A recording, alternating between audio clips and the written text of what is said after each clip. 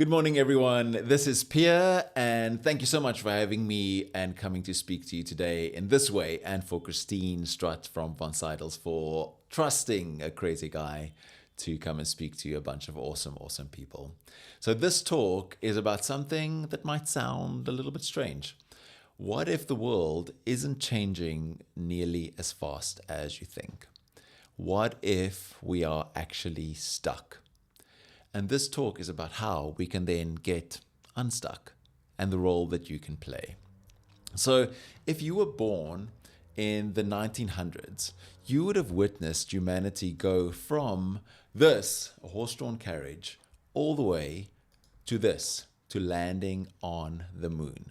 So during the 20th century, especially the first half up until about 1970, 1980, we witnessed an unprecedented growth of innovation and exploding of innovation. We literally saw invented flight, we invented antibiotics, nuclear energy, computers, the television, the microchip, and a host of other things. Just to kind of imagine how mind-blowing this is, we went from using gas lamps all the way to space travel in less than a century, from telegrams to satellites. It's mind-blowing. Do you remember the Boeing 747? Right? Our planes still basically look the same. The Boeing 747 was put into service 55 years ago in 1970. 55 years ago, more than half a century. And the planes today basically look the same. Peter Thiel speaks about this phenomenon quite a bit. He famously said, "We wanted flying cars, but instead we got 140 characters. We wanted homes in the sky, and instead we just got TikTok." So if you would take a snapshot of the 1980s, life in the 1980s, and then one of life today in the 2020s, about 50 years later or more. So everything basically looks exactly the same. We're basically driving the same type of cars. Some might be electric.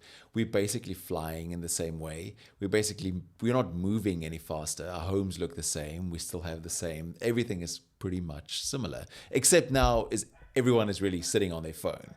And we have to ask the question, is our lives actually really better because of our phones? Would you prefer a life without your phone? This thing we have this love-hate relationship with. Right? Our physical world has slowed to a crawl. Our digital world, to be fair, has accelerated quite a bit, but our physical world, the world of atoms, not of bits, has completely slowed. The world just isn't changing nearly as fast as we think. So why is this happening?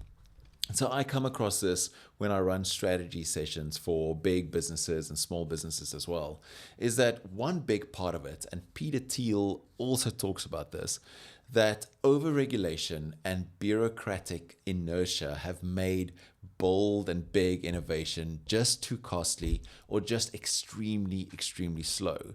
It takes today about $1 billion and 10 years to develop a new drug.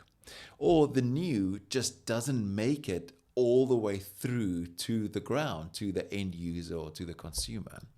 Funding models as well is to blame because they tend to prioritize safe-ish or short-term returns instead of large kind of frontier type bets. And then culturally, we have a problem.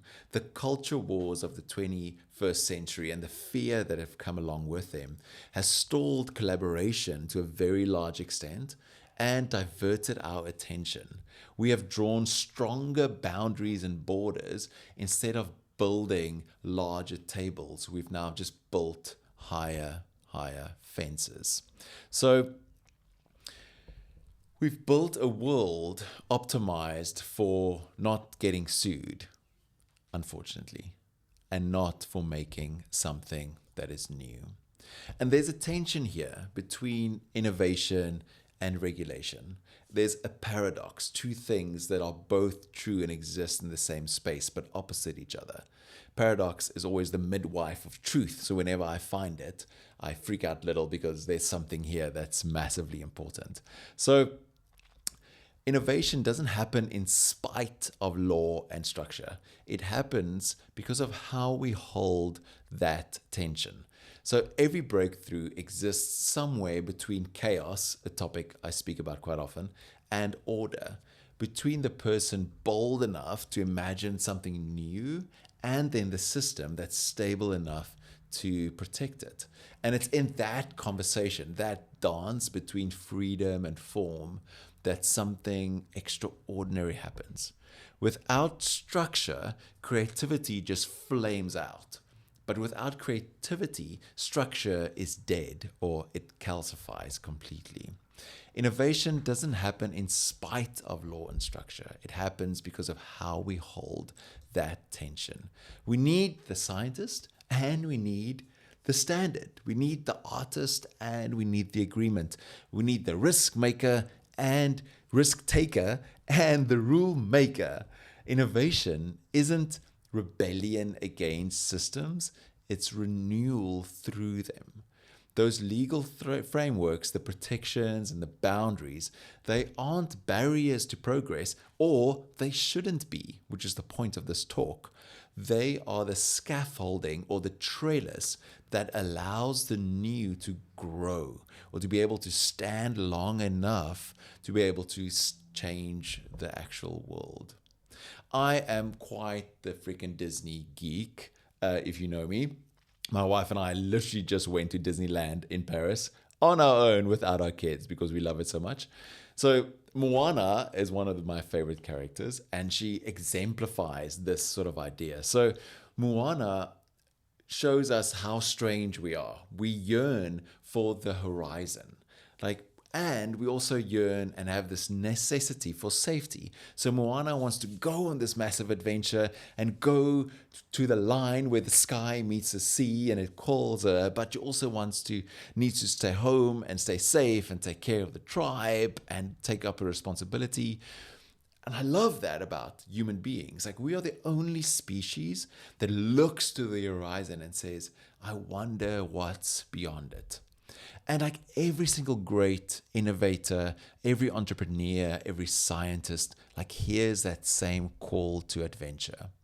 But every generation, and here's the kicker, also faces those voices inside and outside that say, stay where you are, don't risk it, don't cross that line.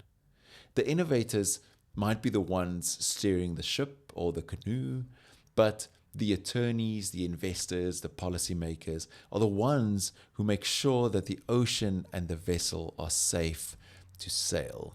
And that's your invitation into the story, not as barriers, but as enablers. Innovation matters. We need growth. We desperately, desperately need growth. Every single major leap forward, from discovering flight to assembly lines to the internet, has lifted millions and billions of people out of poverty, extended lifespans, and expanded what it means to be a human being. So Elon Musk, whatever your opinion of him is one of the few people that is still actually imagining a future and working hard to create it. Because he will often tell us or say that we have to intentionally be building the future and choosing it and working hard to create the one we want, because if we don't, we will regress. So civilizations don't just stand still. They either advance or they regress. They are always in movement. And when we stop intentionally building, we will start forgetting. Do you remember this great cartoon? It came out in the 60s, but it was still made way deep into the 80s. I used to love it, the Jetsons. And you'd see these great spacey high schools and flying cars and all these crazy stuff. And we used to imagine futures like that, but we don't anymore, which is the sad thing.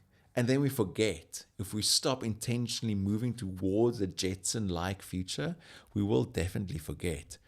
The Romans used concrete that could heal itself. We have no idea how they actually made their concrete because we forgot. The Egyptians built pyramids. We've forgotten how. The sobering truth here is we can lose knowledge way faster than we can gain it. The new doesn't just need funding. The new needs friends.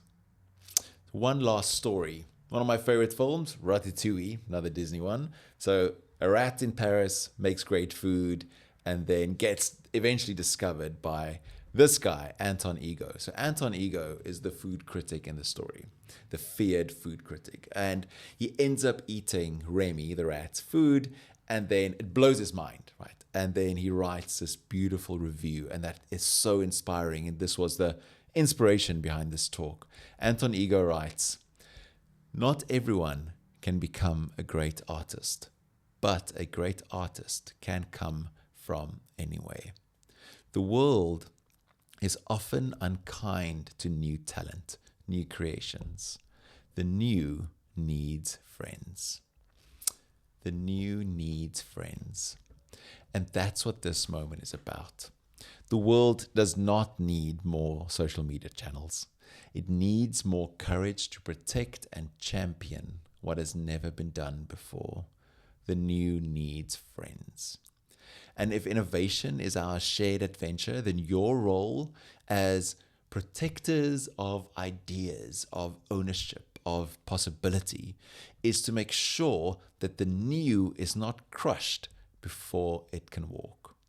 Because the future won't arrive fully formed. It will arrive fragile, misunderstood, half-baked, uncertain, and muddled. And when it does, it will need people like you, not to block or question if it belongs here, but to say, "Welcome, we've been expecting you."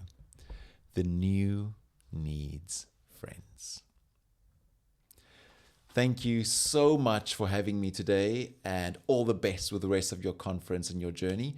If you would like a summary of this talk, a little PDF to share with your team, then you can scan this QR code and sign up to my little daily letter, and then you will get a little PDF that will help you on your journey. Thank you guys for having me, and be brave.